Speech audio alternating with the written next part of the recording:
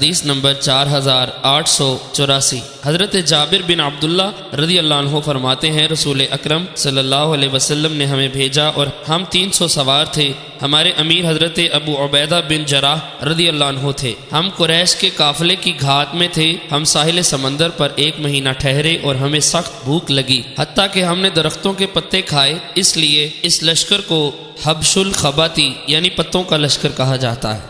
سمندر نے ہماری طرف ایک جانور پھینک دیا جس کو عنبر کہا جاتا ہے۔ ہم اس سے نصف مہینہ تک کھاتے رہے اور اس کا تیل بدن پر لگاتے رہے، حتیٰ کہ ہمارے جسم موٹے ہو گئے۔ فرماتے ہیں حضرت ابو عبیدہ رضی اللہ عنہ نے اس کی ایک پسلی لے کر کھڑی کی، پھر لشکر میں سے سب سے زیادہ لمبے آدمی اور سب سے زیادہ لمبے اونٹ کو دیکھا اور اسے اس پر سوار کیا۔ وہ اس کے نیچے سے گزرا اور اس مچھلی کی آنکھ کی ڈھیلے میں کئی افراد بیٹھے اور ہم نے اس کی آنکھ کے ڈھیلے سے کئی گڑے چربی نکالی۔ فرماتے ہیں ہمارے پاس صرف کھجوروں کی ایک تھیلی تھی اور حضرت ابو عبیدہ رضی اللہ عنہ ہم میں سے ہر شخص کو مٹھی بھر کھجوریں دیتے، پھر ایک ایک کھجور دینے لگے۔ پھر جب کھجوریں ملنا بند ہو گئی تو ہم سمجھ گئے کہ کھجوریں ختم ہو گئی ہیں۔